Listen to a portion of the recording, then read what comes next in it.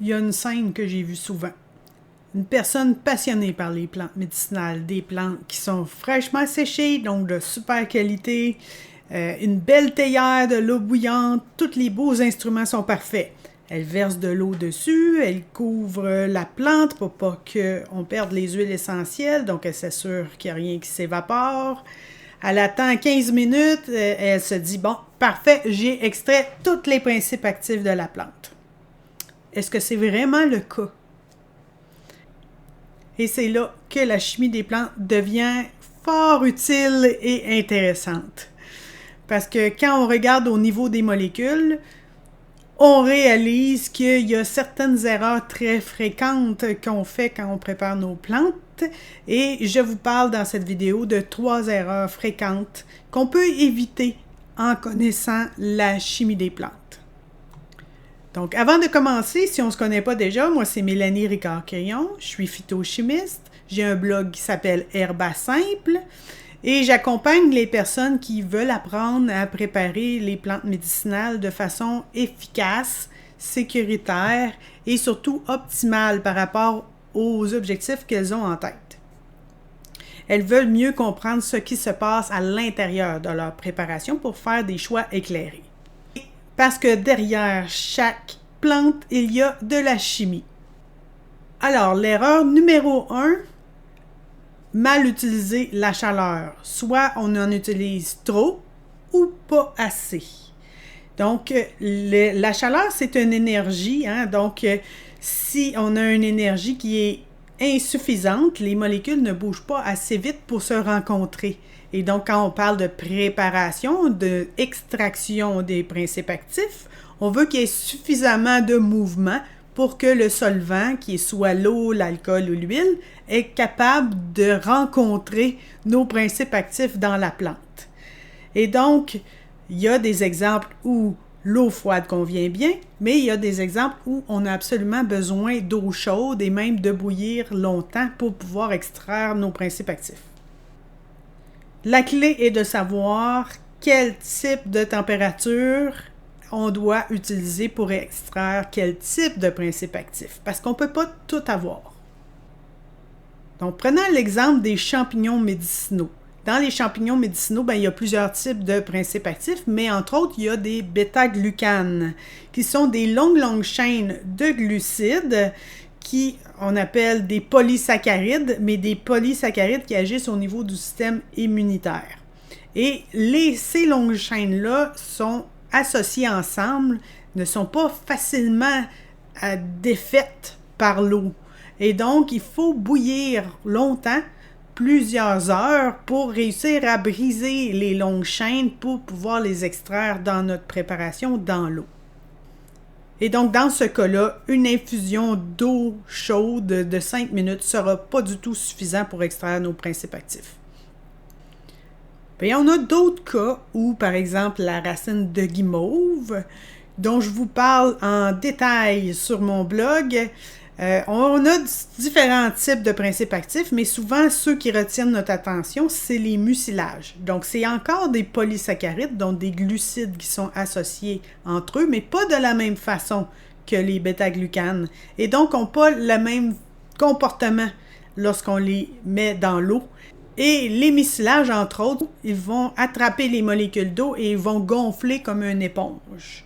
Et donc, c'est les propriétés rafraîchissantes, anti-inflammatoires et apaisantes de la guimauve qui sont dues au mucilage qu'on va préférablement extraire dans l'eau froide. C'est-à-dire que l'eau froide est suffisante pour pouvoir les extraire. Sauf qu'on ne les extrait pas à leur maximum dans l'eau froide. Si on applique un peu plus de chaleur, on va aller en chercher une plus grande quantité, mais aussi aller chercher d'autres types de principes actifs qu'il y avait dans la plante qu'on n'avait pas extrait dans l'eau froide. Et donc, il y a plusieurs façons de préparer la guimauve. On peut la préparer dans l'eau froide pour aller chercher les mucilages en grande majorité, mais on peut aussi la préparer dans l'eau chaude. Et si on fait une décoction, c'est-à-dire qu'on fait mijoter les racines entre 10 et 20 minutes, on s'assure de ne pas détruire une grande partie des mucilages et donc on a une meilleure extraction, on conserve les propriétés des mucilages et on extrait encore plus de mucilage et de principes actifs dans la racine de guimauve que dans l'eau froide. Et dans un troisième exemple, on a les huiles essentielles qui demandent un équilibre délicat. Dans leur cas, ce sont des molécules aromatiques volatiles et donc il faut assez de chaleur pour pouvoir les faire sortir de la matrice de la plante parce qu'ils ne sont pas solubles dans l'eau, hein, ils vont se retrouver en surface de l'eau. Et si l'eau n'est pas suffisamment chaude, elles vont rester dans la plante.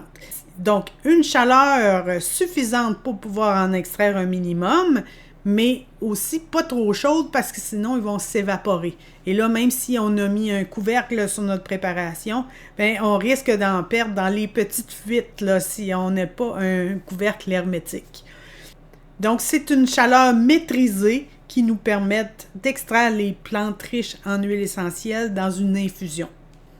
Alors, si vous m'avez suivi depuis le début, la bonne question à se poser est quelle est la nature des principes actifs que je veux extraire et cela va déterminer quelle température je vais utiliser pour ne pas les détruire, mais pour pouvoir en extraire suffisamment pour avoir un effet que je recherche. Et donc, la chaleur est un outil qu'on doit ajuster selon notre besoin. Alors, on passe à la deuxième erreur qui est la plus fréquente lorsqu'on ne connaît pas la chimie des plantes et c'est de ne pas tenir compte de la solubilité de nos principes actifs quand on choisit notre méthode de préparation. Plusieurs adorent les tisanes, moi aussi. C'est simple, c'est accessible, c'est réconfortant.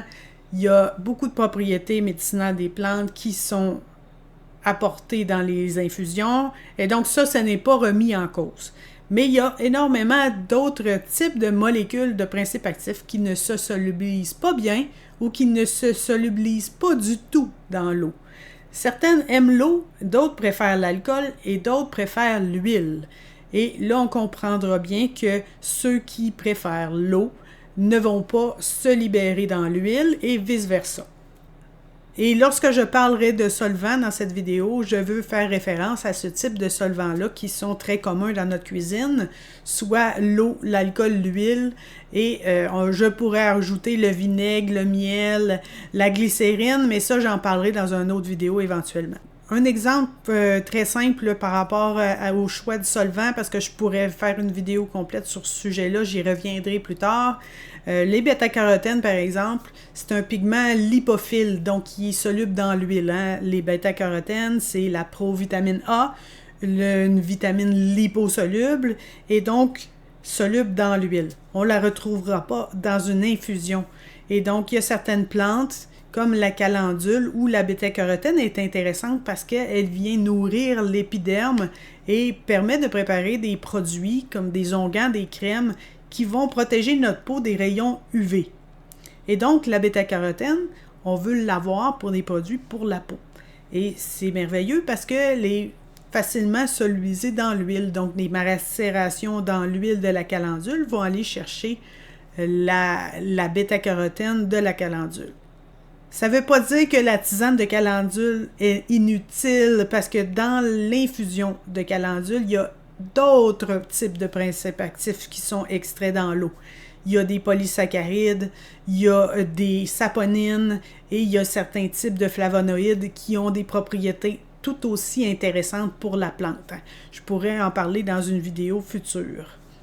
Ce que je voulais souligner principalement quand j'ai amené le sujet, c'est que les pigments orangés de la calendule ou des plantes orangées sont des pigments qui se solubilisent dans l'huile et ne se solubilisent pas dans l'eau. Et donc, quand on fait notre choix de solvant, on fait un tri par rapport aux principes actifs qu'on choisit. Et donc, c'est pratique de savoir quel type de principe actif fait quoi.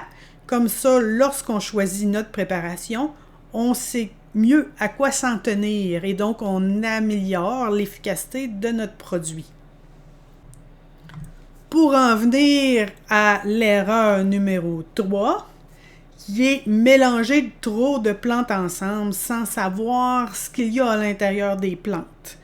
Parce que ce que ça fait, c'est que plus on multiplie le nombre de principes actifs et plus on le dilue la quantité dans le mélange. Hein? Et donc, si on ajoute une plante pour le foie, une plante pour l'inflammation, une plante pour le système nerveux, une plante au cas où une parce qu'on l'aime bien et parce qu'on l'a en bonne quantité, ben on n'a pas un mélange stratégique.